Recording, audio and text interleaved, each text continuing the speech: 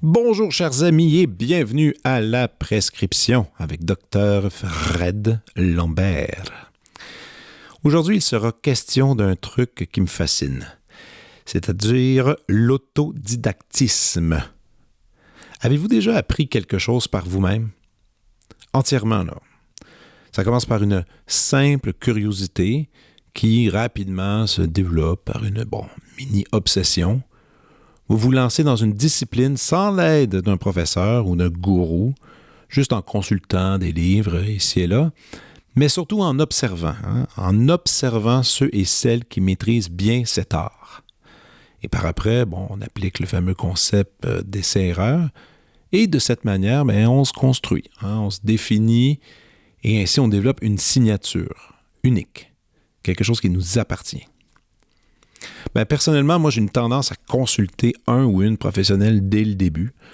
Peu importe le sujet, est-ce une insécurité ou encore un chemin plus court? Je ne sais pas, peut-être aussi je suis allé à l'école trop longtemps. Mais chose certaine, quand je rencontre des gens qui se lancent à fond avec leurs convictions dans le tapis, ça me fait triper. Et c'est le cas de mon invité aujourd'hui, la photographe Kelly Jacob.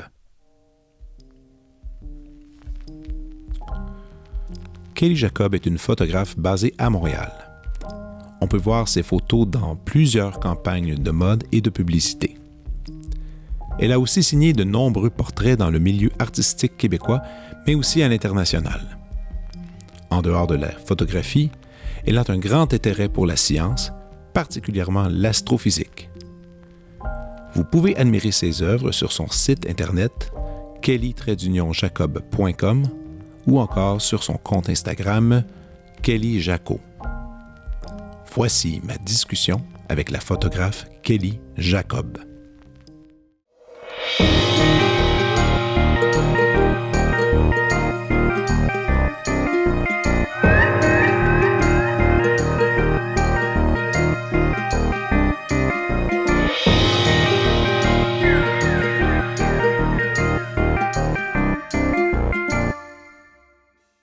Bonjour Kelly. Bonjour.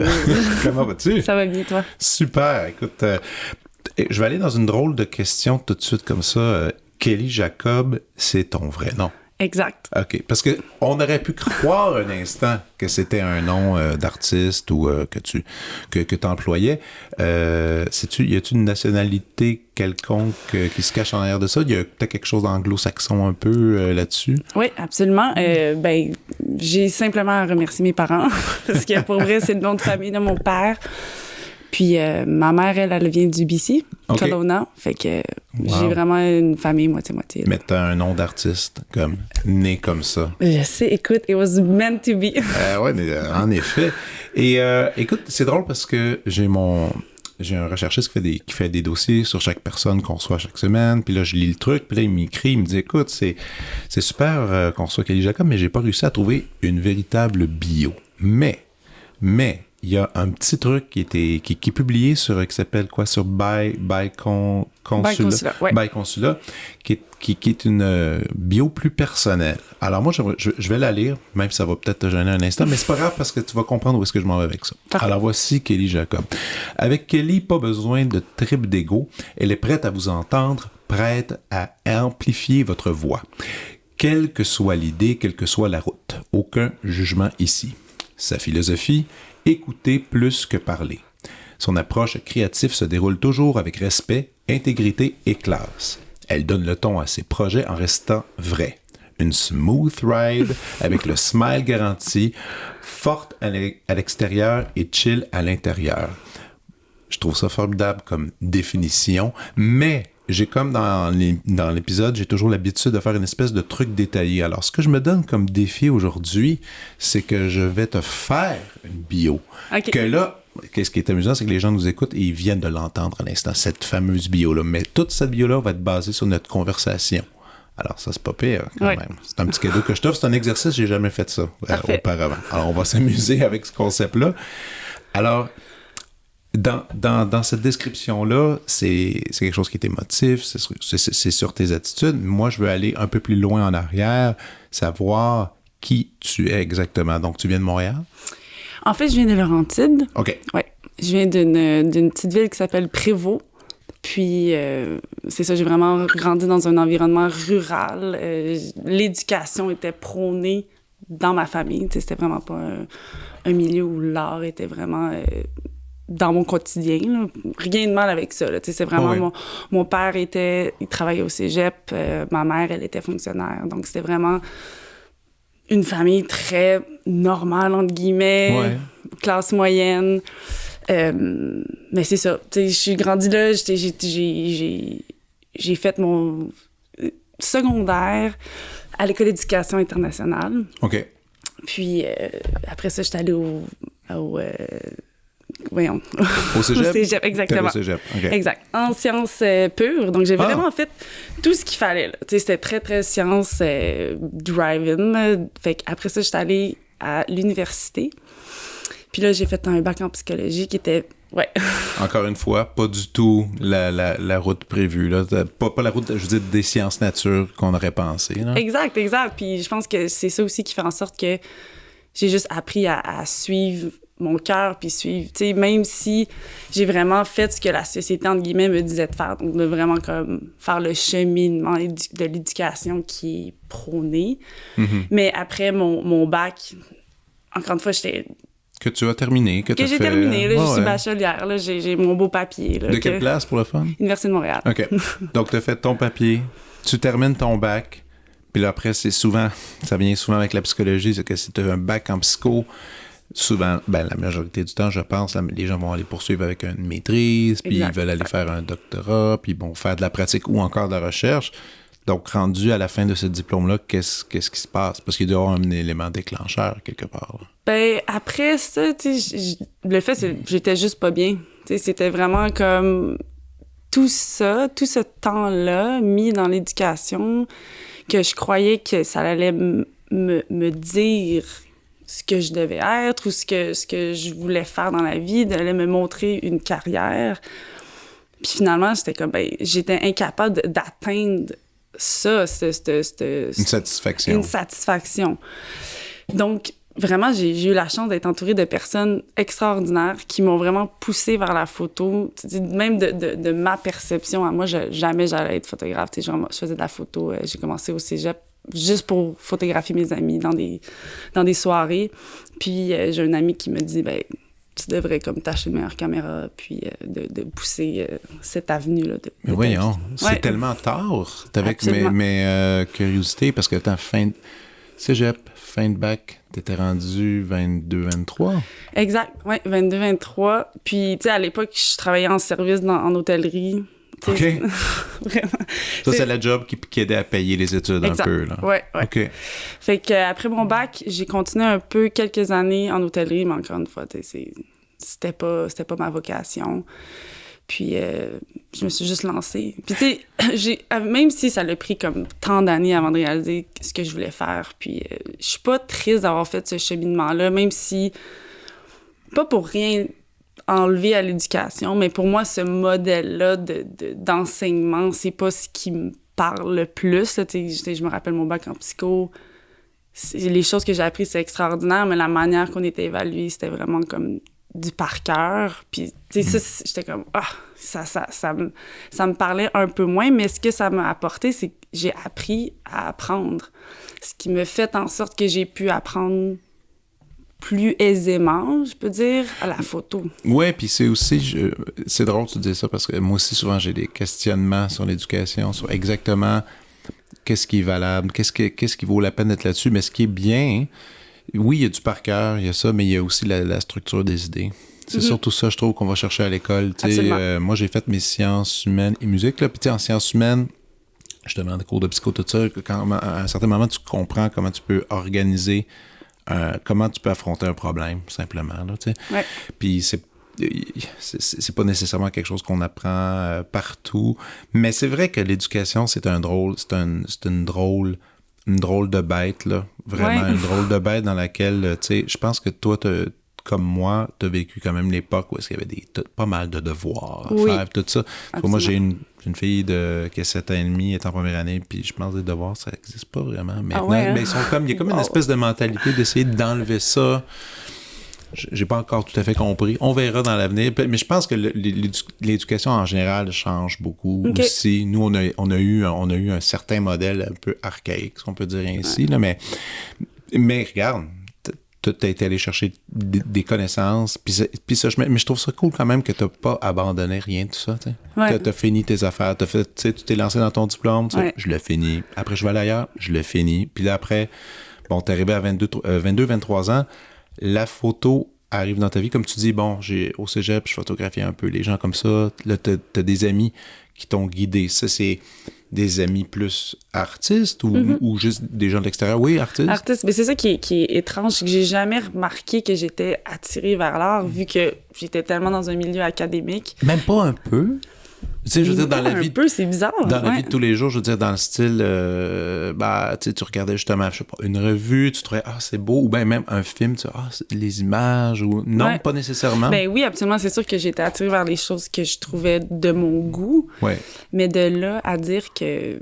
Je n'ai jamais pensé que ça pu être un métier. Tu sais, pour moi, peut-être que c'est à cause de mon bagage que c'est la stabilité qu'il fallait. Puis là, il fallait avoir un salaire. Puis là, c'est être travailleur autonome. Comment c'était vu, c'était un peu comme les gens qui savaient pas trop ce qu'ils faisaient. Puis c'était comme un peu... C'est une bébite. Exact. Puis j'avais des préjugés envers ça. Puis je sais pas, on dirait que jamais je pensais pouvoir gagner ma vie en faisant des choses que j'aime, ce qui est triste, mais c'était quand même cette réalité-là de pousser aussi longtemps dans une éducation. Mais ça devait être un choc légèrement quand tu as parlé à tes parents puis tu as annoncé « Hey, je me lance en photo, je vais aller voir qu'est-ce qui se passe là. » C'était-tu le découragement total ou l'inquiétude? Ben, tu sais... C'est sûr que pour mes parents, ils ont dû trouver ça un peu capoté sur ce que je vivais à cette époque-là, parce que non seulement j'ai fait mon coming out à 21 ans, tu sais, j'étais dans... Ça venait de se faire. Exact, ça venait de se faire, puis là, je dis, je veux plus l'éducation. Fait que c'est sûr qu'ils ont eu peur pour moi, mais jamais, puis ça, je vais les remercier, ils m'ont fait sentir mal d'aller vers ça. Ils ont toujours comme... Je sentais qu'il y avait une réticence. Je sentais que c'était comme, OK, ben ils veulent que je réussisse, que je vive une belle vie, puis tout ça, mais non, ils n'ont jamais mis des bâtons dans mes roues, là. Fait que, puis ils t'ont quand même, d'une certaine façon, peut-être accompagné un peu là-dedans en faisant faire, regarde, c'est ta vie, et c'est tes trucs. Exact. Tu verras. Ouais, 100%. Mais... Wow. Tu sais, c'est ça, il était autant dans le néant que moi à l'époque, là, tu sais, Ben, c'est sûr que le coming out à 21 ans, c'est quand même, tu sais, tout le monde, tous ceux qui font un coming out le vivent, je pense, à leur façon, à leur âge. De plus en plus aujourd'hui, les jeunes le font très, très, très tôt maintenant, puis c'est même plus, en tout cas, j'espère, c'est plus un tabou, du moins au Québec, ça s'en vient pas pire, mais c'est sûr qu'à 21 ans, c'est une grosse position puis là justement que là tu finis ton diplôme, tu t'en vas vers la photo, mais là comme tu dis, qu'est-ce qui s'est passé? C'est quelqu'un qui t'a dit bon, tu devrais t'acheter une meilleure caméra pour faire des trucs, pour faire des tests. Exact. J'avais un ami qui était réal en agence, puis fait que lui il faisait de la réalisation, puis à un moment donné, il me dit viens avec moi sur mon set, tu peux faire les BTS, puis je me rappelle. C'est quoi des BTS? Des BTS behind the scenes. OK. Fait que c'est comme des photos d'arrière scène là. OK. The making of. Exact. C'est ça, en fait c'est du casting crew, puis de comment que ça se déploie et tout ça là. Fait que puis je me rappelle, cette journée-là, c'était une journée de 12 heures. Puis j'ai jamais eu autant d'énergie. J'ai vraiment eu une réalisation que j'ai comme, OK, ça se peut de passer des journées complètes sans que ça soit comme difficile de continuer à avancer. Puis c'est juste une affaire naturelle qui se passe. Puis il n'y a pas d'affaire de mais là, il faut que ça soit dans la discipline. T'sais, comme l'école, c'est beaucoup ça. OK, faire les devoirs, OK, bon, il faut que je m'assoie pendant tant d'heures, dans l'organisation d'horaire et tout ça. Puis non, ça, c'était juste une une réalisation extraordinaire que j'ai vécue à ce moment-là. À ce moment-là. Et c'est rendu là que tu as fait, bon, ben là, j'ai envie de développer un peu plus. Mais là, ce que tu es en train de me dire, c'est que finalement, tu n'as pas vraiment fait de formation. Absolument pas, non. Tu as appris, Ouais. comme on dit, te gosser par toi-même. Absolument. Oui, j'ai gossé sur des tutoriels sur YouTube. Je me suis acheté des cours. Ouais, c'est ça, tu as acheté quand même des cours justement sur Internet où est-ce que les gens expliquent un peu les techniques, tout ça. Parce que c'est quand même encore quelque chose d'un peu mystérieux, la photo, pour ça. Parce qu'il y a, je sais qu'il existe, ça doit exister des cours de photographie. Oui, il y en a. Site web, oui, il y en a plein. Là c'est rendu que ça y en pleut. Là. Mais il n'y a pas un diplôme officiel, genre un DEC en photo, ça existe? Oui. Ça existe, pour vrai? Il y a l'université, il y a le Cégep du Vieux. OK, mais écoute, tu me l'apprends. Là, OK, ça se peut. Oui, il y a le Cégep du Vieux, il y a Concordia aussi, que c'est plus Fine Arts. Fait que OK, dans lequel, mettons, il y a comme une espèce d'option, je présume, photo qu'on peut développer. Absolument. Et il y a aussi l'autodidacte qu'on peut développer en soi, puis de trouver son avenue. Et combien, suite à ce truc-là de behind the scenes que tu as fait, c'était quand le premier contrat officiel que je te dirais qui a été marquant, là, qui est gros, que tu fais « OK, je suis photographe. » Tu sais, comme moi, comme musicien, j'ai eu la première fois que j'ai fait un concert officiel dans une salle avec un orchestre, puis que j'ai reçu mon premier chèque, j'ai comme fait « OK, là, je pense que je suis musicien. Je pense que toi, c'était quand ton moment photographe? » Ben, tu sais, c'est drôle parce que, tu sais, justement, on parlait du fait que j'ai fait mon coming out tard. Fait que, tu sais, bon, mon homosexualité, ça a été quand même un setback dans le sens qu'il fallait que je fasse un deuil sur cette vie-là passée que je me projetais à être dans une relation hétérosexuelle selon les normes de la société, les enfants, le chien, tout ça. Tout ça. Ouais. Puis, en parallèle, là, je fais mon coming out. Puis, je m'associe aussi avec... Parce que t'as des amis qui sont aussi, elles, lesbiennes, gays. Puis, on faisait un magazine ensemble qui est encore à ce jour publié. Là, ça s'appelle LSTW. OK. Donc, à l'époque... ça veut dire quoi, les initiales? LST, Les Spread the Word. OK. Ouais. Fait que c'est ça. Fait que c'est vraiment juste une gang d'amis ensemble qui dit « OK, ben là, on veut juste publier des choses sur le monde gay féminin pour dire « Hey, oui, il y a un aspect difficile de faire notre place, surtout en tant que femme dans toute cette belle affaire-là. Mais on a aussi du fun. » Tu sais, on n'est pas juste lourde et tragique. Exact. C'est pas juste lourd être lesbienne, être gay. C'est comme... On a du plaisir, on rit. Tu sais, c'est comme il y a des belles choses qui se passent dans le monde. Fait que, ben, j'ai eu la chance d'aller shooter. On a fait un cover avec Tiga et Sarah qui on est allé à LA shooter ça. Mais voyons. Oui, très, très jeune dans ma carrière. Tu sais, ça faisait quoi, peut-être... mais quand... 2 ans, même pas que je faisais de la photo. Oh, mais ben là, ça va être quand même assez intimidant, là. Oui, absolument. Je veux dire, c'est quand même... Déjà, même tu dis que t'étais jeune, mais ça fait un bout qu'ils sont un peu des icônes dans le milieu, je pense. Oui, surtout gay femmes, là. Ça fait longtemps qu'ils sont là. Ouais. Puis là, toi, tu te pointes à Los Angeles, tu vas faire des photos. Oui. Exact. Okay. Fait que là, on fait le cover. Après ça, tu sais, j'ai eu aussi la chance de shooter Lena Waite, qui est une autre emblème de cette communauté. Fait que très jeune dans ma carrière, j'ai eu des énormes opportunités sur la chose qui a été la plus difficile pour moi, c'était ben, c'est pas la chose la plus difficile, mais ça a été un gros challenge dans ma vie, dans mon coming out. Fait que c'est là que je trouve drôle des fois de comme dire « Ah, des fois, il y a des choses qui sont difficiles à passer au travers, mais qu'à the end of the day, c'est les plus belles choses qui peuvent t'arriver dans le sens de juste s'épanouir dans qui qu'on est. » Mais quelque part, c'est drôle que tu dis ça, mais c'est comme si ton coming out a été un peu ton allié dans ton début de carrière. Tu sais. C'est comme c'est vraiment ensemble là, que ça s'est passé. Bon, c'est comment je pourrais dire? C'est indépendant l'un de l'autre. Non, c'est dépendant l'un de l'autre là-dessus, c'est ça. Puis, mais suite à ces covers de magazines-là, est-ce que c'est ça après que des gens de l'extérieur, de d'autres milieux sont venus te chercher un peu? Ou c'est... Parce qu'il y a beaucoup de bouche à l'oreille là, Oui, dans ce métier-là, là, oui. on le dira ainsi. Là. Suite à ces explorations-là de photos, c'est dans les mainstream, admettons, c'était quoi les premiers artistes que tu as eus, je te dirais? Ici, au Québec. Au Québec, ouais, au Québec, je suis curieux. Ariane Moffat. Moi, Ariane. Ouais, Ariane, j'ai shooté le cover de son album Petite Main Précieuse. Oui, qui était dans son lac, en fait. Là, ouais.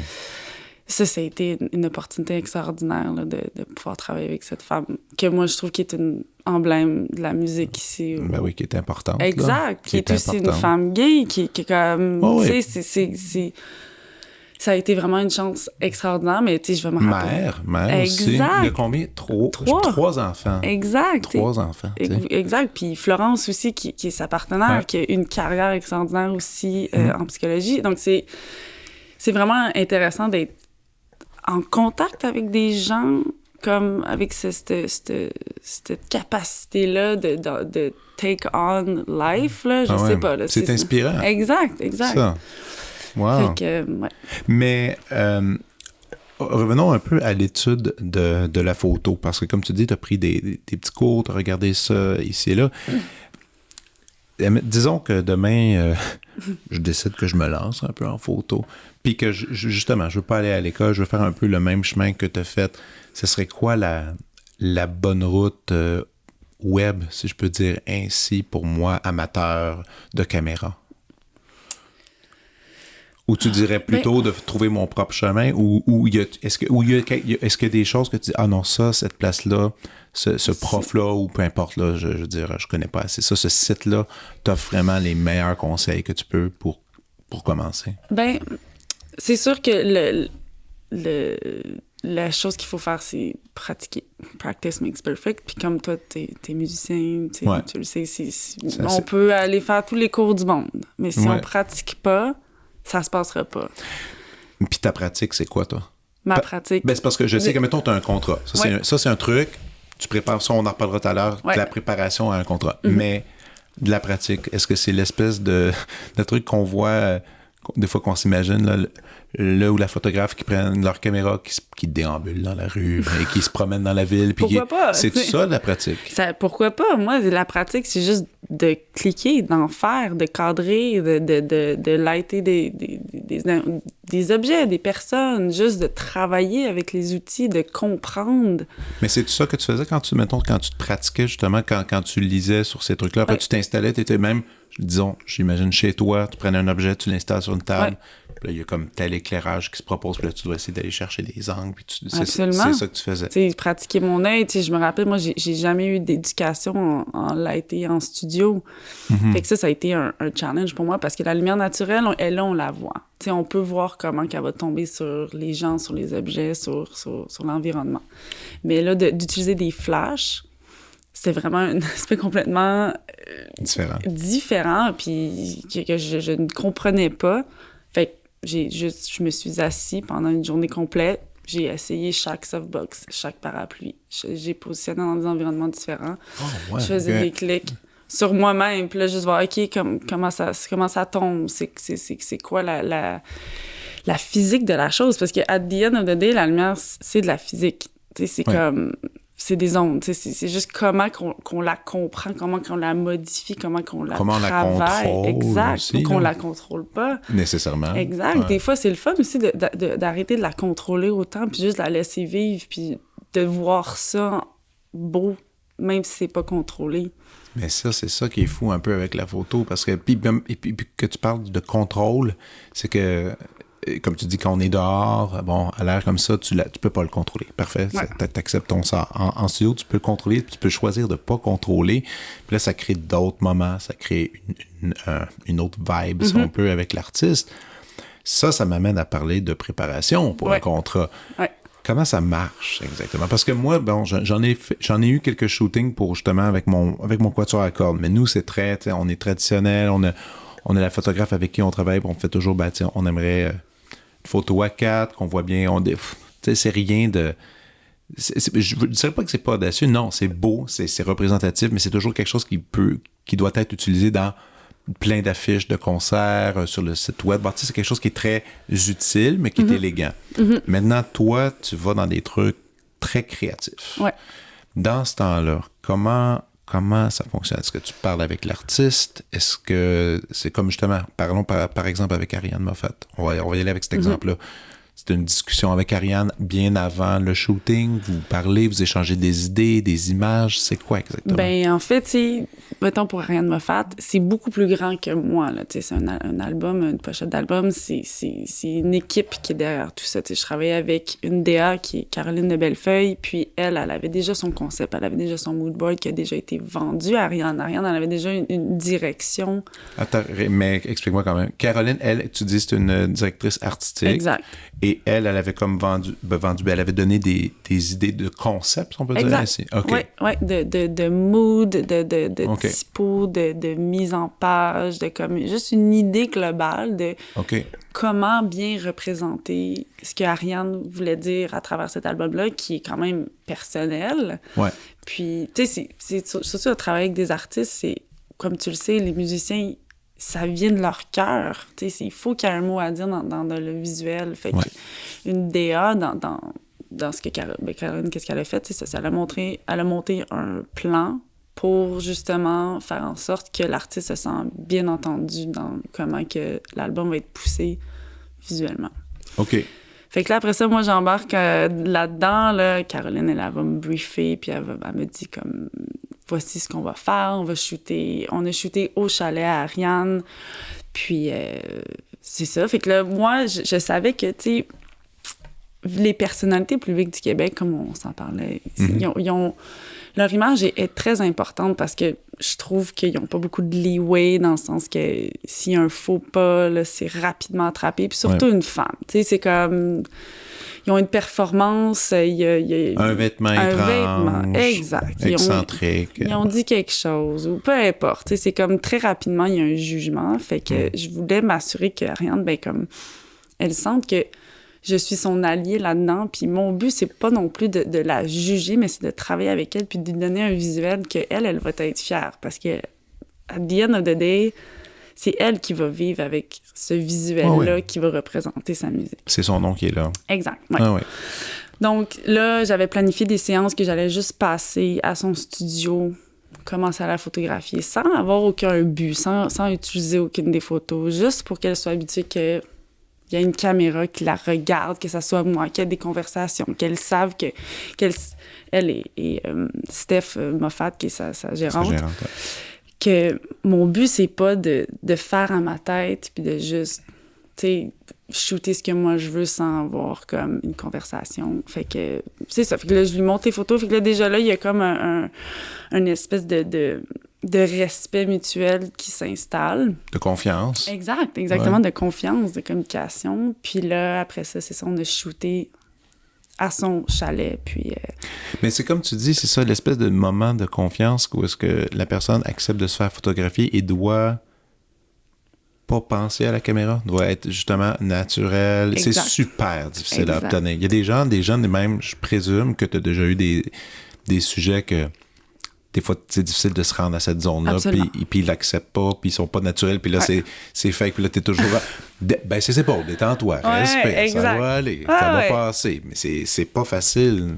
Mais en même temps, je trouve que c'est la beauté de la chose, puis la journée aussi que, tu sais, je me suis décollée un peu de la technique, puis j'ai vraiment commencé à me concentrer sur mon modèle, puis d'avoir une conversation, c'est là que j'ai réalisé que la lumière, oui, c'est important. Alors, don't get me wrong, c'est l'outil avec lequel que je travaille le plus. Mais ce n'est pas le plus important. L'important, c'est que je peux pas photographier quelque chose que l'autre personne me donne pas. Donc, j'ai comme vu dans ma tête que c'est pas l'autre qui est à ma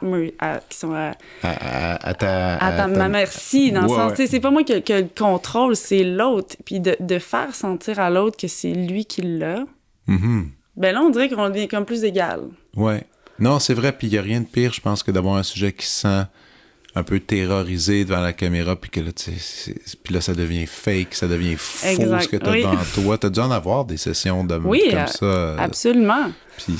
Puis ouais, il y a un travail de psychologue quand même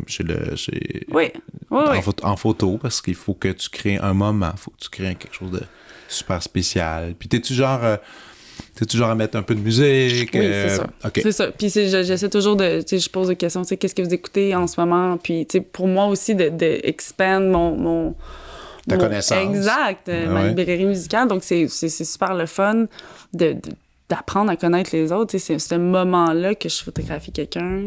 Puis tout le monde, pratiquement, que j'ai fait beaucoup de photos de casting, puis à part les modèles qu'eux autres, c'est leur travail. Ça doit être un peu facile quand même, un modèle, non? Quelque part, parce qu'ils savent, comme on dit, ils connaissent tellement leur corps, leurs angles, que là, ils s'installent, puis ils font clac, clac. Bon, OK, moi, c'est comme ça.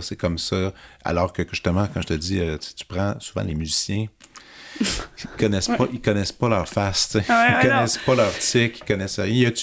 C'est ça, y a-tu des sujets plus faciles que d'autres? Ben, pour vrai, oui. Stéréotypé un peu, là, mettons. C'est sûr qu'il y en a qui sont photogéniques. Puis ça, c'est juste une question d'apparence. Mais at the end, tout le monde est humain. T'sais, même si la personne la plus photogénique, elle passe une mauvaise journée ou qu'il y a quelque chose dans sa vie personnelle qui arrive, qui est fatiguée, il y a plein de choses qui peuvent arriver. Peut-être que cette journée-là, ça fonctionne pas, mais c'est ma job de faire en sorte que cette personne-là se sente bien, écoutée et vue pas dans une manière objet, mais dans une manière personne, comme personnelle, pour justement être capable d'extraire les photos puis d'être capable d'aller à quelque part qu'on veut aller. Là, puis... Mais il n'y a pas de... Il y a pas des gens plus faciles que d'autres dans ce sens-là, parce que des fois, même les personnes les plus belles, stéréotypiquement, de la société...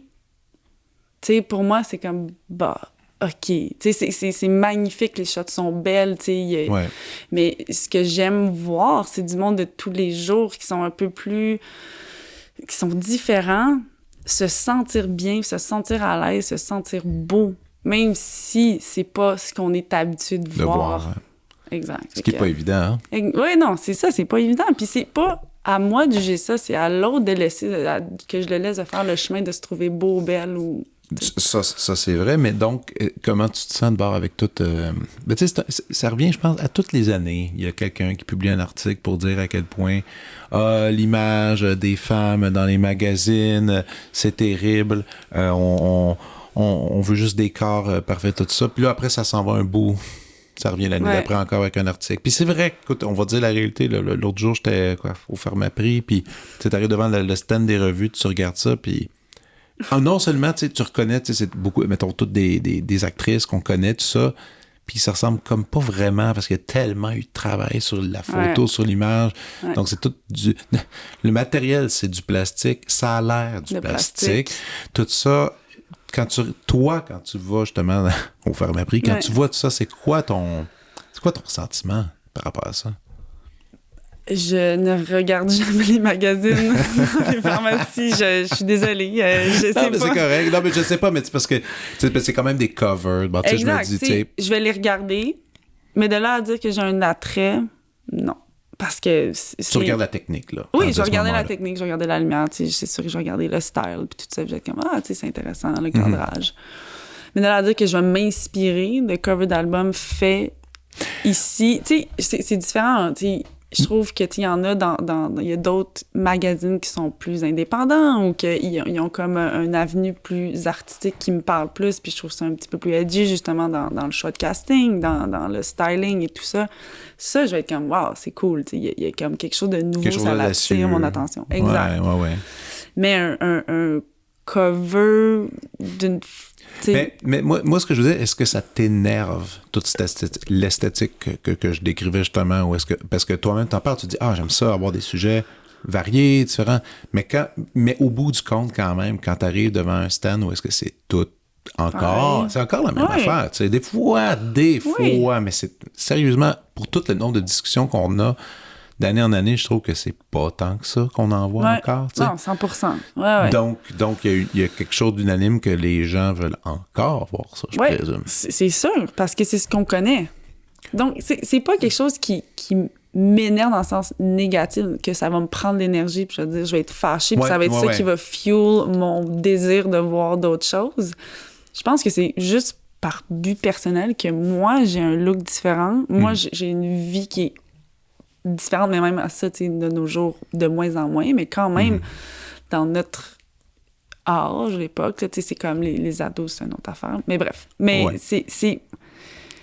ça m'énerve pas, je suis juste indifférente. Puis moi, c'est ça qui me fatigue, c'est que je veux pas être indifférente. Je veux voir des choses qui me parlent. Puis ça, ben ça me parle pas. Fait que... Ouais, donc on tourne là-dedans, on tourne la tête. Exact, je tourne la tête. Puis je suis comme, bon, mais c'est sûr que j'aimerais ça être représentée.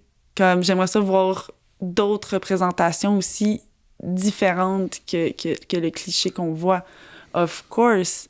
Mais c'est pour ça aussi que moi, je travaille pour pousser de plus en plus à ce qu'il y ait de la diversité dans ces magazines-là pour que les gens, justement, quand ils vont faire l'épicerie ou qu'ils vont à la pharmacie, qu'ils regardent la lignée de cover.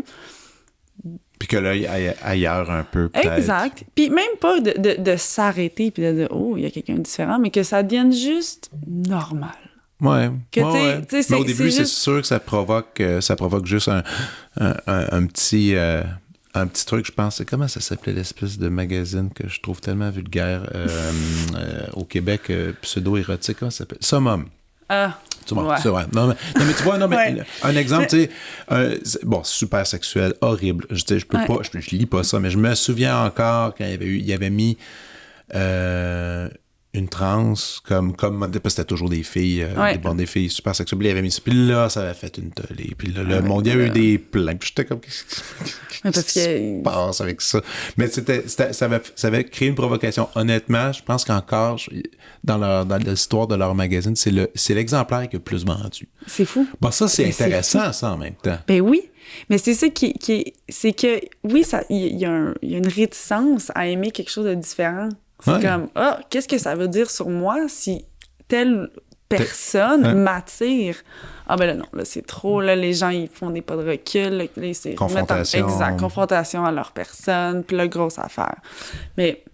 En même temps, c'est cool qu'une photo, que juste l'idée qu'une photo puisse aller provoquer un peu ces chocs-là culturels, tu sais. Ouais. Ça, je trouve ça comme...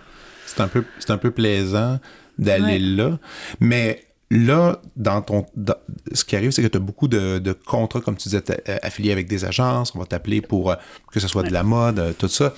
Est-ce que tu as des projets personnels de photos dans lesquels tu fais de la photo pour personne? Tu le fais pour toi, pour un truc que tu concoctes? Est-ce que tu as déjà fait ça? Est-ce que c'est quelque chose que tu aimerais faire dans le futur? Ben oui, c'est principalement ce que j'aime faire, c'est des projets personnels. Tu sais, j'aime ça shooter des éditos avec des gens qui m'entourent, qui sont extrêmement talentueux. Tu sais, de là à dire que ma carrière commerciale, c'est ce qui me représente le plus, non. Est-ce que c'est... Faut vivre aussi, par contre. Faut vivre, absolument. Absolument. Puis, tu sais, c'est sûr que des fois, ça me confronte dans mes valeurs personnelles, mais j'ai toujours comme eu cette mentalité-là to change the world from the inside. Puis mon but, c'était vraiment je veux rentrer dans ce monde-là visuel pour avoir quand même un pouvoir, en guillemets, de changement, puis de pousser les choses, puis de dire mon opinion, non seulement dans mon art puis dans les photos, mais aussi dans la manière que c'est organisé, dans tout ce qui est choix de modèle, la manière que les gens sont traités en set, tu sais, de juste essayer une nouvelle manière qui tu sais, la photo, puis c'est ça que les gens réalisent pas, c'est quand même extrêmement vieux jeu comme monde. Ouais. C'est très masculin, il y a très peu de photographes femmes, tu sais, c'est comme, il y a beaucoup de hiérarchie. C'est comme même avec les agences, c'est comme... Ah oui, ça par contre, tu m'apprends quelque chose. Là. Oui, sur la hiérarchie, mais laquelle exactement? Tu veux dire, mettons, il y a des photographes de type A, B, s'il y a des listes ou c'est... Ben, peut-être pas entre photographes, mais sur un set. Puis c'est ça que moi, j'essaie de changer ou de moduler un peu, c'est que, tu sais, il y a tout...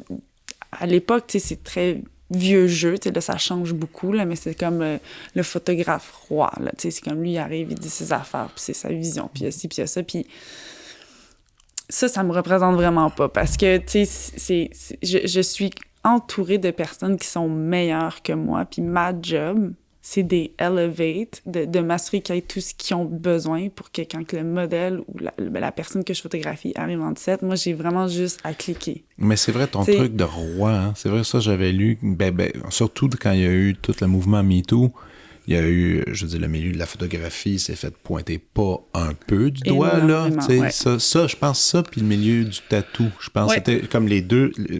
Même le tatou, je pense que ça a parti beaucoup de là. Ben, il y avait un été que ça a parti de là, puis après, puis là, en photo, ça a sorti énormément sur des photographes qui étaient en contact avec des modèles, puis là, qui se passaient des affaires très louches, très bizarres, très lourdes. Donc, c'est le fameux Américain là, qui a photographié tout le monde, là, j'oublie son. C'est ça, dont lui que moi, qui je ne savais pas, tu sais, parce qu'il a fait quand même des sacrées belles photos. Puis apparemment, c'est une terreur là, sur un set que justement, lui, il prenait son ton de roi là-dessus.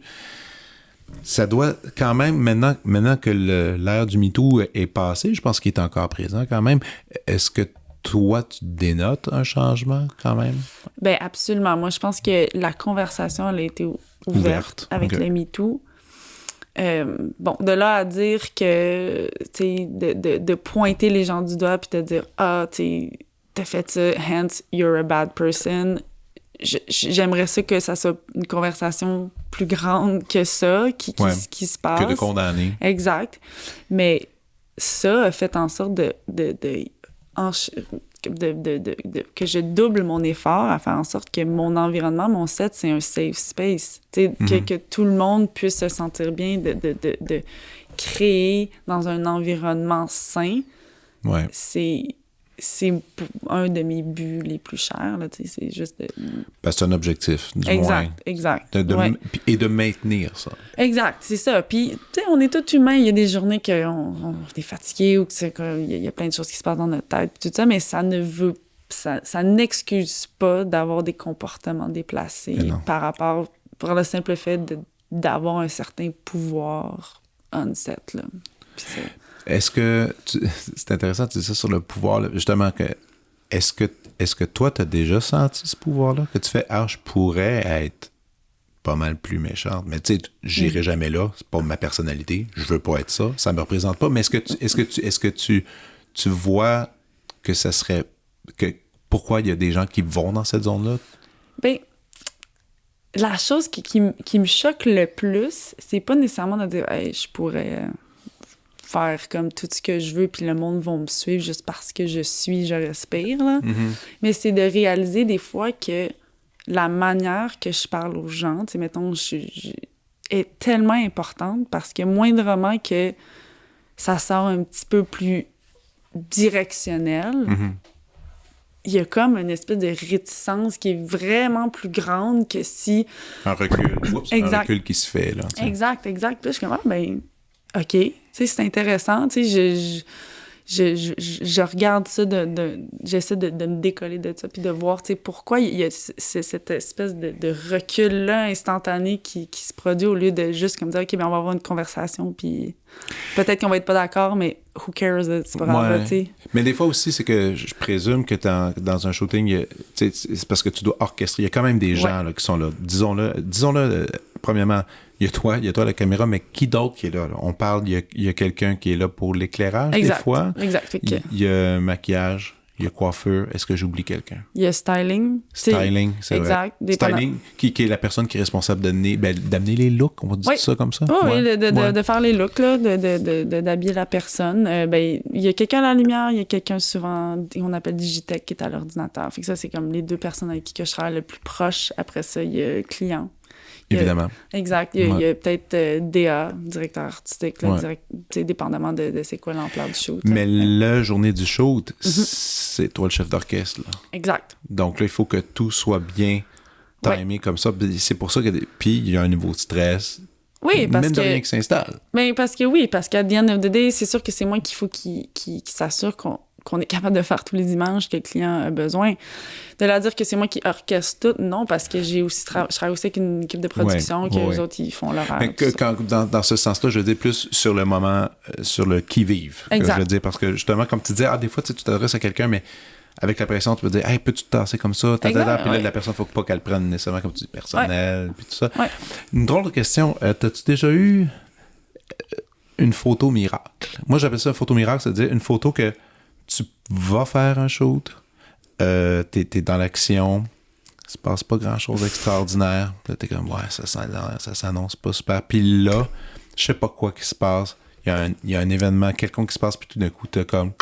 Puis aujourd'hui, tu regardes la photo, puis tu te dis, j'arrive pas à croire que j'ai réussi à tenir ce truc-là. Ouais, t'en as-tu une? Ben, le cover d'Ariane Moffat. Ça, c'en est un. Ça, c'en est un, exact.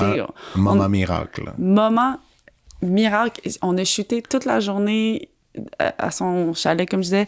Il faisait chaud. Puis là, elle arrêtait pas de dire, je vais me lancer dans le lac. Là, on est comme, attends 2 secondes, là, tu sais, ton maquillage, tes cheveux, là, c'est comme, aïe, aïe. Puis finalement, tu sais, dernière 30 minutes de la séance, elle s'est lancée, puis ça, le cover, c'est le premier clic de elle dans l'eau. De elle dans l'eau. Ah ouais, OK. Ouais. OK. T'sais, Moi, ses cheveux sont même pas mouillés parce que on voulait juste voir, OK, là, elle est dans l'eau, OK, on va regarder. Clic. Ça a été ça, le moment. Donc ça, encore une fois, improvisé. Zéro planifié. Non. On y va comme ça. Merci au soleil d'avoir donné de la chaleur ce jour-là. Absolument. Non, c'est ça. Puis d'avoir provoqué des espèces de trucs de la sorte. Dans le milieu de la photo, est-ce que tu as des idoles? Est-ce qu'il y a des gens que tu observes toujours, que tu vas toujours suivre parce que leur travail te fascine? J'en ai plusieurs. Je suis pas une personne qui idolâtre. Non, ouais. Je pense que j'adore le travail des gens. Mm-hmm. Je vais suivre plusieurs personnes, je vais être inspirée de plein de choses différentes, mais je suis pas attachée à une seule unique personne ou genre, ou comme, c'est vraiment... En fait, pour être bien honnête avec toi, les personnes qui m'inspirent le plus, c'est des gens qui sont proches de moi dans mon environnement, c'est comme qui me pousse, qui me donne des conseils intéressants, puis là, je suis comme, OK, ça, j'aime ça la manière que cette personne pense, qui fait en sorte que moi, dans mon quotidien, je veux voir les choses différemment, qui va faire en sorte que ma photo va évoluer. Exact, c'est ça. Je sais que je réponds pas à ta question. Non, mais c'est que... Non, mais attends, on peut même diriger ça. Tu dis des gens dans le milieu, est-ce que tu as un genre de mentor dans ta vie, une personne guide dans tes trucs? Parce que tu as l'air... Oui, mais guide, mettons, quelqu'un avec qui tu vas vérifier des trucs, que tu fais entièrement confiance à son opinion ou à son recul par rapport à ça. Est-ce que c'est des gens du milieu qu'on connaît ou c'est pas nécessairement... J'en ai plusieurs, puis je pense que ce qui est le fun avec un réseau comme ça, c'est que je vais aller chercher ce que j'ai de besoin, dépendamment des personnalités qui me parlent le plus. Et c'est sûr que ma sœur, c'est une personne que je suis extrêmement proche, puis tout ce qui est comme émotionnel et tout ça, je veux voir ma sœur. Puis là, elle me connaît d'une manière que je pense que personne n'a accès. Puis même des fois, même moi, j'ai pas accès à autant de knowledge qu'elle. Donc, c'est vraiment... Sur toi-même, exact. C'est sûr. Puis pour toi, c'est une colle un peu, mais peut-être c'est aussi un état général. Quand on dit une bonne photo, quand tu vois une bonne photo, c'est quoi les premières qualités que tu vas chercher lorsque tu la regardes? Ça, c'est une bonne photo parce que... Est-ce qu'elle te fait sentir quelque chose? Fait sentir quelque chose. Exact. Okay. C'est quoi le... Quand on regarde cette photo-là, est-ce que c'est... Oh, il y a quelque chose de dérangeant? Un doute, exact. Oui, c'est apaisant. Est-ce que, tu sais, souvent, dans les portraits, ce que moi, j'aime aller chercher, c'est une espèce de... Je dirais pas laisser aller parce que c'est péjoratif, mais de juste un contentement d'un moment présent qui est juste là.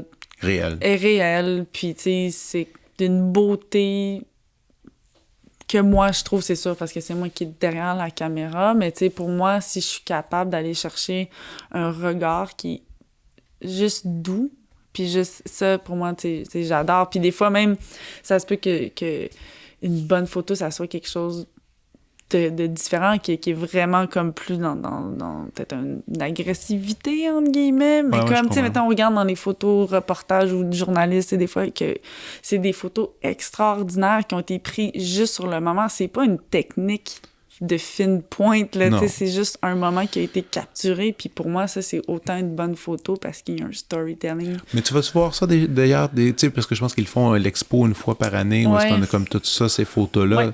Tu vois, moi j'y vais, mais à chaque fois, je sors un peu comme... Je sais pas comment me positionner par rapport à ça. C'est choquant. Il y a souvent, c'est choquant. Souvent, c'est des lieux de guerre. C'est de la douleur, mais de penser qu'il y a un humain qui a sorti un Kodak dans cette douleur-là, je trouve toujours ça comme tellement bizarre. Mais en même temps, ça vient témoigner de quelque chose, puis parallèlement, il y a comme une forme de courage d'aller dans ces lieux-là, dans ces états-là, puis de revenir, mais en même temps, ces photographes-là, ils doivent être tout croche parce qu'ils vivent des choses qu'on peut pas imaginer. Toi, quand même, tu vas voir ça, tu dois observer. Ben, je pense que je suis allée 2-3 fois. Tu sais, c'est sûr qu'il y a tout le temps cette question-là de comme, il y a tellement d'autres choses que cette personne-là aurait pu faire pour aider la situation que prendre une photo. Ouais. Puis, mais en même temps, ce que je trouve beau, c'est cette espèce de bon, je vais dire quelque chose, tu sais, une d'acceptation de non-pouvoir sur une certaine situation, mettons une grande guerre. Puis c'est comme, OK, mais moi, exact, moi, mettons cette personne-là qui a décidé de prendre des photos, la chose qu'elle peut apporter dans le quoi cette personne-là est bonne, c'est la photo. Donc, c'est de capturer ces moments-là pour que l'histoire s'en rappelle.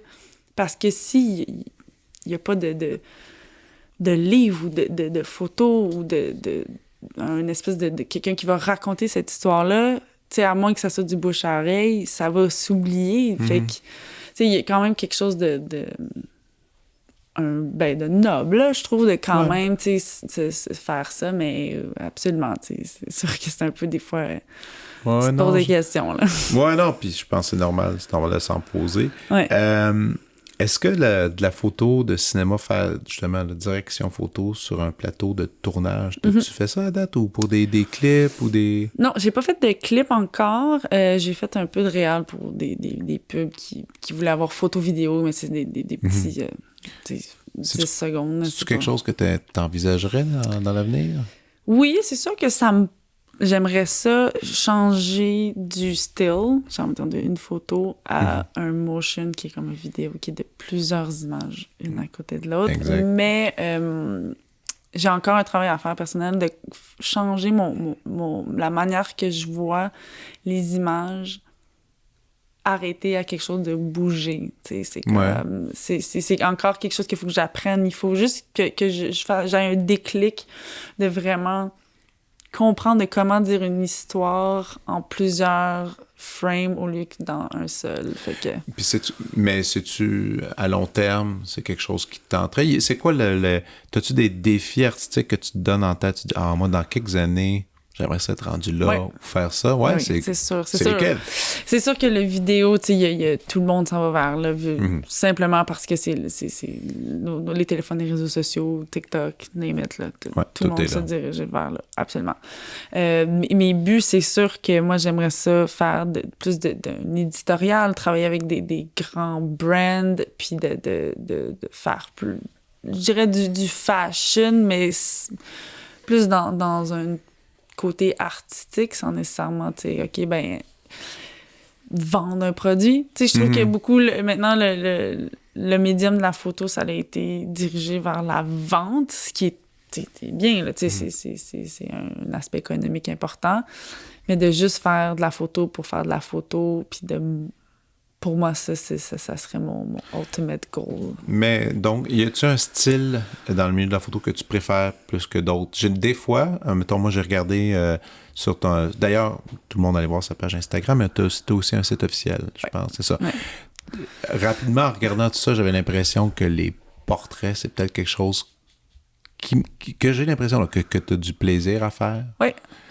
Peut-être plus que d'autres. Est-ce que tu as un favori? Regarde, moi, je peux te parler pour la musique. Tu sais, moi, mettons, en musique, moi, j'ai des styles de musique que je préfère jouer que d'autres, tu sais, parce que ça m'appelle plus. J'aime plus la musique contemporaine que la musique romantique. Musique romantique, des fois, je trouve ça tellement cheesy, là, fromagé, là, on dirait là, que ça, je trouve ça lève un peu le cœur, mais tout va avec dose. Tu sais, il y a comme une zone de confort que j'ai dans un style. Toi, y a-tu une zone que tu te sens bien puis que tu te sens mieux que d'autres? Oui, j'aime, tu sais ça, le portrait, le fashion, j'aime ça aussi. J'ai commencé un peu de mon côté à faire des photos un peu plus abstractes que comme ça aussi. Il n'y a aucun but, c'est juste, je trouve ça beau. Puis... Ouais, tu t'amuses. Exact, je m'amuse. Mais c'est sûr que l'humain va toujours m'attirer par le simple fait de rencontrer des gens puis d'avoir cette discussion avec l'autre. Tu vas-tu beaucoup au musée? Vas-tu voir des expos? T'es-tu genre art visuel? Je veux plus aller en voir, absolument. J'en vois beaucoup par le simple fait même qu'on... Tu sais, sur notre téléphone, toutes les personnes que je suis, que c'est non-stop, là, de trouver de l'inspiration maintenant. Tu peux trouver ça en 1 heure, là. Tu peux moi, quelqu'un qui me dit « j'ai pas d'idée, je sais pas quoi », fouille dans le fond de ta poche, là. Exact. Puis ouvre ton cellulaire, tu vas voir, t'as tout. Exact, c'est ça. Mais j'avoue que l'expérience du musée, ça me manque. De contemplation, d'être obligé de regarder une seule chose. Exact, à un moment, puis de vraiment comme s'arrêter. C'est sûr que ça, c'est quelque chose faut que je pousse. Parce que ça me manque. Ben oui. Puis, toute la transition, c'est ça. L'autre fois, je t'avais demandé très indiscrètement, puis je vais te le redemander parce que je pense que j'ai un peu oublié ton âge. Mon âge, j'ai 31 ans. Bon, 31 ans, j'ai 41. On a quand même 10 ans de différence. Puis, je te parlais de cette espèce de choc dans laquelle la photo a tellement évolué, parce que maintenant, aujourd'hui, oui, on a notre téléphone, on peut faire des sacrées belles photos avec des téléphones, mais tu l'as connu quand même, la transition, avant d'être rendu là. Tu sais, je veux dire, l'affaire faut aller s'acheter un bon appareil pour faire, tu avais des appareils jetables, tu sais, toute cette culture-là. Comment tu perçois ça maintenant, aujourd'hui, cette transition-là? Est-ce que c'est... Parce qu'aujourd'hui, le droit à l'erreur en photographie, j'ai l'impression, avec les appareils sophistiqués qu'on a, tu sais, tu peux en faire. Même que des fois, c'est étourdissant, le nombre de photos que tu peux faire. Ouais. Comment tu perçois ça, l'évolution de ces technologies-là? Mais moi, je le embrace. Parce que, tu sais, c'est sûr que si tout le monde s'arrête ou se met en opposition envers, tu sais, cette chose, ça va continuer pareil, qu'on le veuille ou pas. Exact. Nouveau téléphone, ça va sortir tout le temps. Exact. Puis les caméras vont devenir meilleures, tout ça. Mais de mon côté, si la caméra dans les téléphones sont meilleures, ben, ma caméra aussi numérique va être meilleure. Fait que, ça va hand in hand. Exact. Ouais, je comprends. Fait que, je vais embrace la technologie, puis je vais l'utiliser comme moi je le veux. Personnellement, jamais je prends des photos avec mon téléphone. Je vais prendre des photos de scouting. Sans blague? Jamais. C'est un outil que je n'utilise presque jamais. Wow! Ouais, c'est pas quelque chose qui me parle, mais c'est mon métier pareil, mais je ne trouve pas que le rendu est...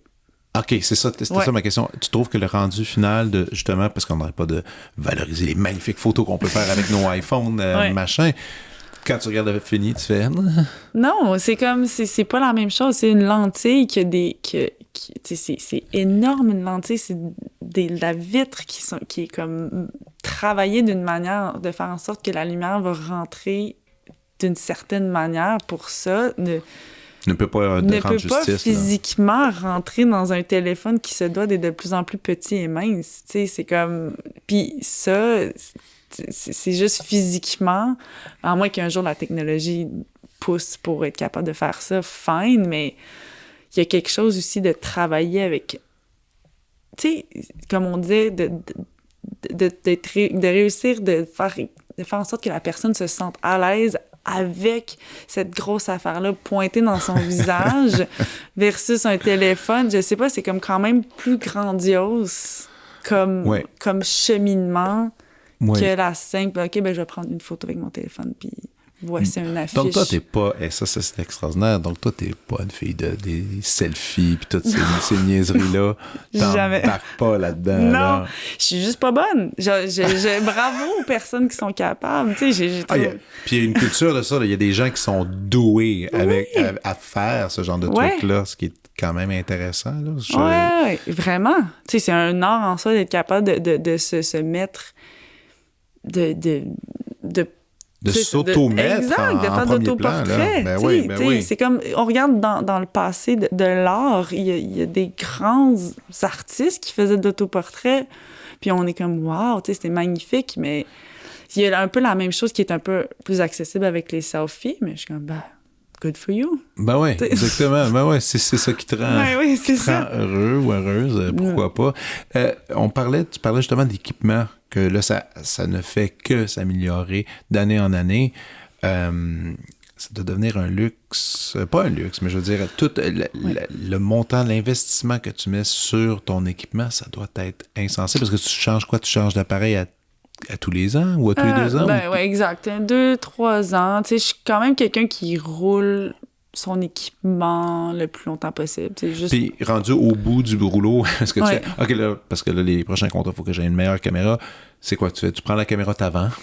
Oui. Okay. Ou, tu sais, c'est comme... Usager à quelqu'un qui est intéressé. Exact. Puis, tu sais, avant de faire un choix d'investissement dans un appareil, je vais toujours la louer quelques fois pour voir comment je travaille avec, comment je respawn avec la caméra, parce que c'est quand même mon outil de travail, tu sais, Ça vaut combien? Ben, écoute, c'est niaiseux, ça va dans les prix, les ranges de caméra, ça va quoi? C'est un 5 000 et plus pour le boîtier, puis là, après, t'as les lentilles qui sont en 2 000, 3 000, 4 000, and so on. Puis là, t'as genre combien de lentilles que tu te prends pour ça?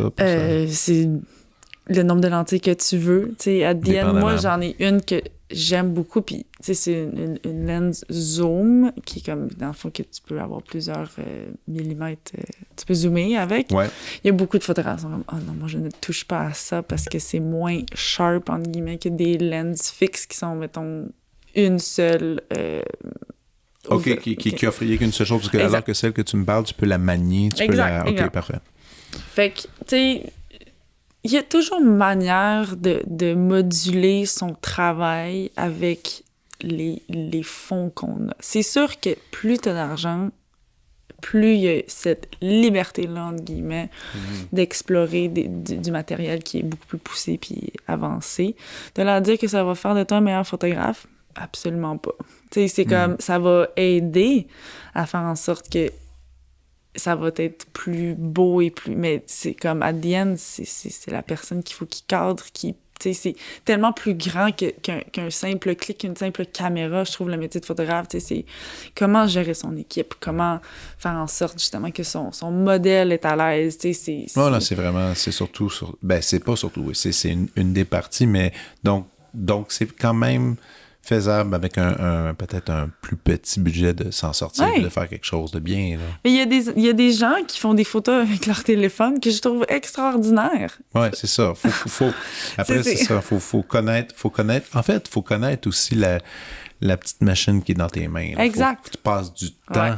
Temps à la tester et à la comprendre. C'est cool. C'est cool. Écoute, merci. On va passer à la prescription.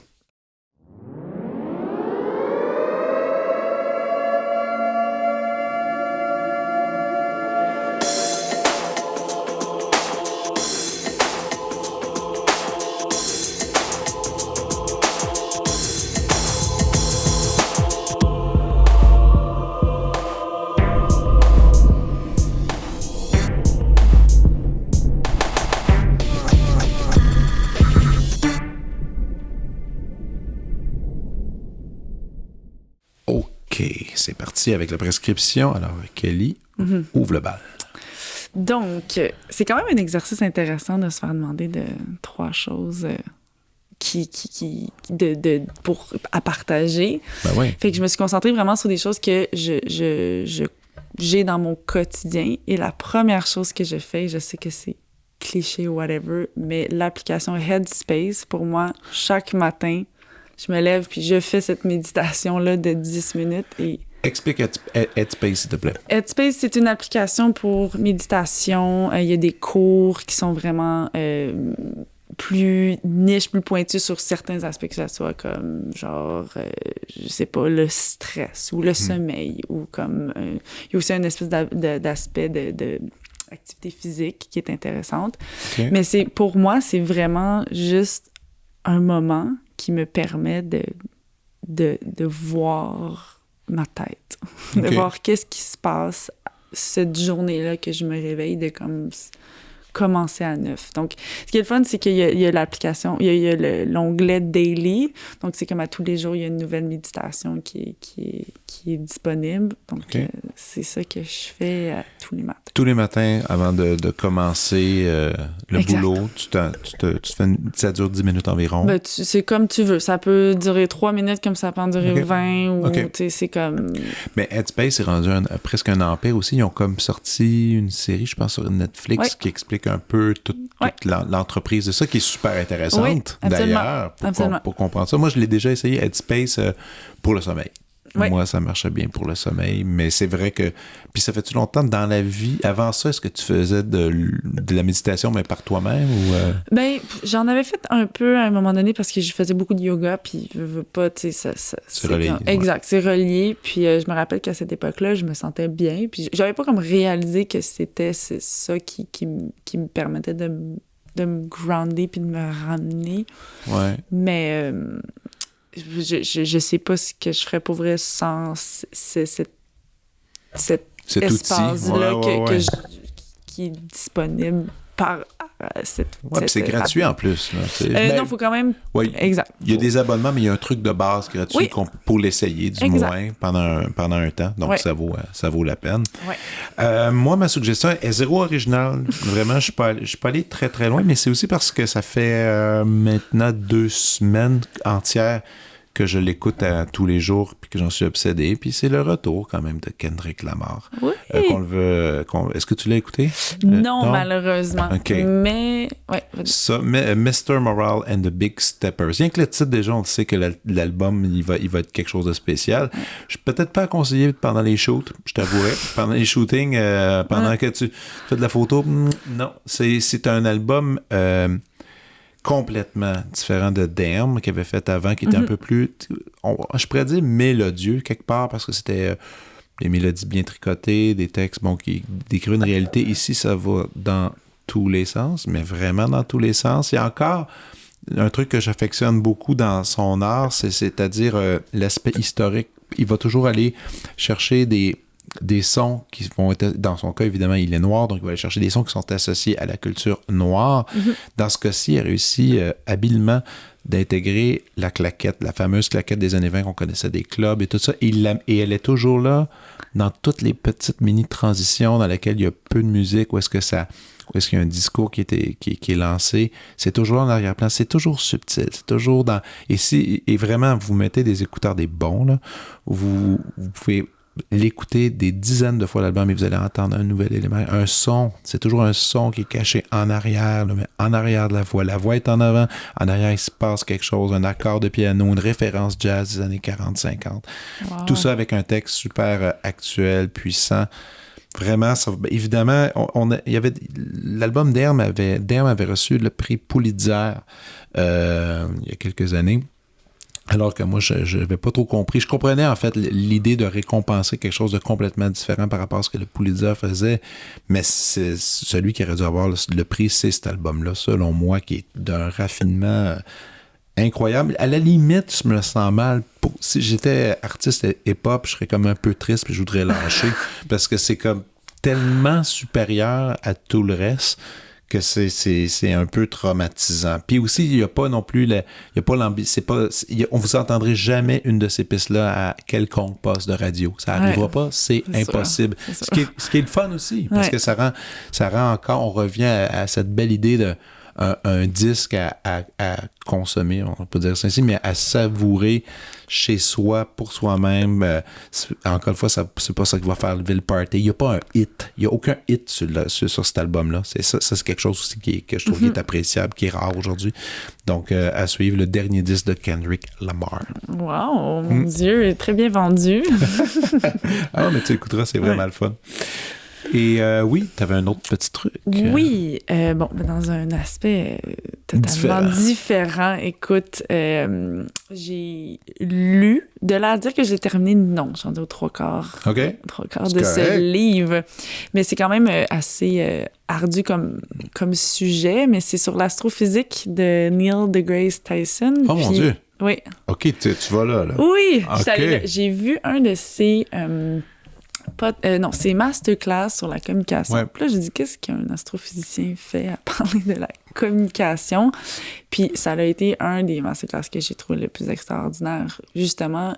Révélation. Exact. Puis de comment aussi bien vulgariser des sujets extrêmement compliqués. L'astrophysique. Oui, non, c'est pas rien, là. Tu sais, il est assez fascinant, puis il le fait tellement bien. Il a une belle voix. Il a une belle voix, il est charmant, ouais. il fait des jokes, c'est léger. De comment rendre un sujet lourd léger, c'est extraordinaire, cette personne. Moi, je l'ai rencontré. Ouais. Wow. Ça fait des années de ça avec ma blonde. On s'en allait et c'est complètement fou, cette histoire-là. On s'en allait à New York. Un petit voyage, elle était enceinte. C'est un dernier voyage qu'on pouvait faire avant qu'elle accouche. Puis là, on avait comme fait, c'était plein d'activités, tout ça. Puis j'avais réussi à avoir des billets pour aller voir le Tonight Show. Donc, tu sais, il enregistre ça toujours l'après-midi, puis c'est diffusé le soir même à minuit, tout ça. Bon, on va au Tonight Show, on a nos billets là-bas, puis ils disent pas c'est qui les artistes, qui vient. Puis le premier interviewé, c'était lui. Il était comme à puis il était super sympathique. Puis encore une fois, il a fait une espèce d'exposé petit, quick, puis il faisait une sortie d'un livre, un de ses nombreux livres qu'il fait, parce qu'en plus des conférences qu'il fait, il est prof à l'université, il fait des recherches, il est complètement partout. Il y a, tu sais, qu'on aime ou qu'on n'aime pas Joe Rogan, mais Joe Rogan, il le reçoit, je pense qu'il l'a reçu 8 fois, puis les 8 fois, c'est des 4 heures de conversation, puis c'est... Rogan ne dit pas grand-chose là-dedans parce qu'il n'y a pas une grande connaissance, évidemment, du sujet, mais il y a quand même des questions, puis il pose des questions, puis lui, il s'en va, puis il part, puis c'est fascinant. C'est vraiment quelqu'un d'extraordinaire. Mais d'être capable d'expliquer ça, justement, à l'audience de Joe Rogan, l'astrophysique, sans rien leur enlever, là, mais c'est quand même extraordinaire. Oui, puis il le fait bien, puis il y a même une série, je pense qu'il y a une série... sur Netflix, peut-être je me trompe, mais il y a une télésérie dans laquelle on a l'impression de regarder un épisode de Star Trek parce que c'est lui, pendant l'arrière-plan, ils ont mis des green screen où est-ce que là, on a des planètes qui... C'est un peu buzzant, là. On écoute ça, et c'est super le fun. Ben là, je serais intéressant de voir ça. Ouais. Je retrouverai la suggestion de ça. Mais donc, tu es dans son livre en ce moment. Oui.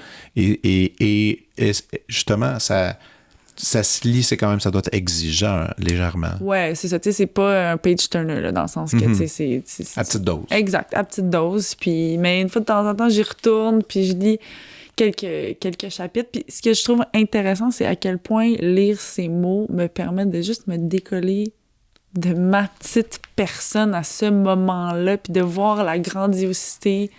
Ça t'angoisse pas? Il y a plusieurs personnes, ça l'angoisse. Non, pour moi, c'est juste... relieving. Ah, wow. Ouais. Il y a deux écoles, hein? Il y a ces deux écoles-là. Moi, des fois, je regarde ça, le néant, ça me... Tout d'un coup, là, tu te sens tellement minuscule, mais en même temps, c'est bon pour l'ego, là. Mais c'est ça. C'est comme... À quoi qu'on s'attache autant? C'est pas dans le sens... Puis c'est pas péjoratif, c'est pas négatif de dire ça, c'est vraiment, dans le sens... Ben, je vais vivre la vie que moi, je veux, en traitant les gens bien autour de moi. Puis that's it, là. Puis c'est quels aspects, mettons, quand tu lis ça, qu'est-ce qui te fait buzzer? C'est quand, mettons, il va se mettre à parler d'autres... Qu'est-ce qui t'a accroché là-dessus? Ben, tout ce qui est Black Matter, tu sais, il explique un peu la théorie du Big Bang, puis tout ça, tu sais, dépendamment de nos croyances, whatever, fine. Mais tu sais, c'est quand même de la physique. Tu sais, c'est quelque chose qui est étudié, qui est calculé, c'est super intéressant. Puis aussi, c'est un espèce de parallèle aussi, dans mon background de sciences, là, au collège. Ben ouais. J'ai fait quand même des sciences physiques avancées qui étaient, puis on a commencé à parler de la physique quantique, puis je me rappelle que mon professeur me disait que à cette grosseur-là, les règles qui s'appliquent à nous, comme dans notre échelle, ne s'appliquent pas à cause que c'est trop petit. Et les mêmes choses se passent à l'infiniment grand, puis pour moi, c'est comme mind blow. Bref, c'est deep, mais... OK. Donc, toi, les trucs de fiction, c'est pas nécessairement la chose vers laquelle tu vas te réfugier, nécessairement. Tu sais, non, mais pour ça, mettons, cinéma, télésérie, roman... Non. Du sci-fi, c'est pas nécessairement ce qui me parle le plus. Mais pas sci-fi, je veux dire... Non, mais je veux dire la fiction. Je veux dire, okay, mettons, genre un film. Est-ce que t'aimes oui, j'adore. J'adore les quand films. Même les films, regarde. Oui, j'aime ça, les affaires romancées. J'aime ça, tu sais, regarder des... absolument, là, tu sais, j'aime de tout. Tu sais, j'adore les séries Marvel, tu sais. Je suis très... OK. Vraiment, tu sais, c'est comme... n'importe quoi qui peut me permettre de vivre, de voir des possibilités. Tu sais, je suis comme toujours un peu charmée avec ça. OK, là. Excellent. Super. Est-ce que tu avais une autre suggestion? Ça s'arrête ici? Ben oui, j'en avais une dernière. Okay. Écoute, tu sais, c'est... Encore une fois, je reviens au fait que c'était un bel exercice de réduire à 3 choses, mais tu sais, je voulais juste qu'on prenne un moment, tu sais, de chaque... Pour moi, ce qui est important, c'est vraiment les gens qui m'entourent. Tu sais, je suis tellement... Tu sais... reconnaissante de toutes ces personnes-là qui me permettent de juste vivre ma vie. Tu sais, c'est pas nécessairement qu'eux autres, ils me permettent, mais dans le sens, je sais pas, tu sais, je suis entourée de personnes qui croient dans mon art, dans ce que je fais, tu sais, qui me ramènent à chaque fois que, par exemple, je pars dans ma tête ou que je... Tu sais, juste ces personnes-là clés qu'on se rattache, qu'on demande conseil, ça, pour moi, c'est extrêmement important dans mon quotidien. Tu les nommer?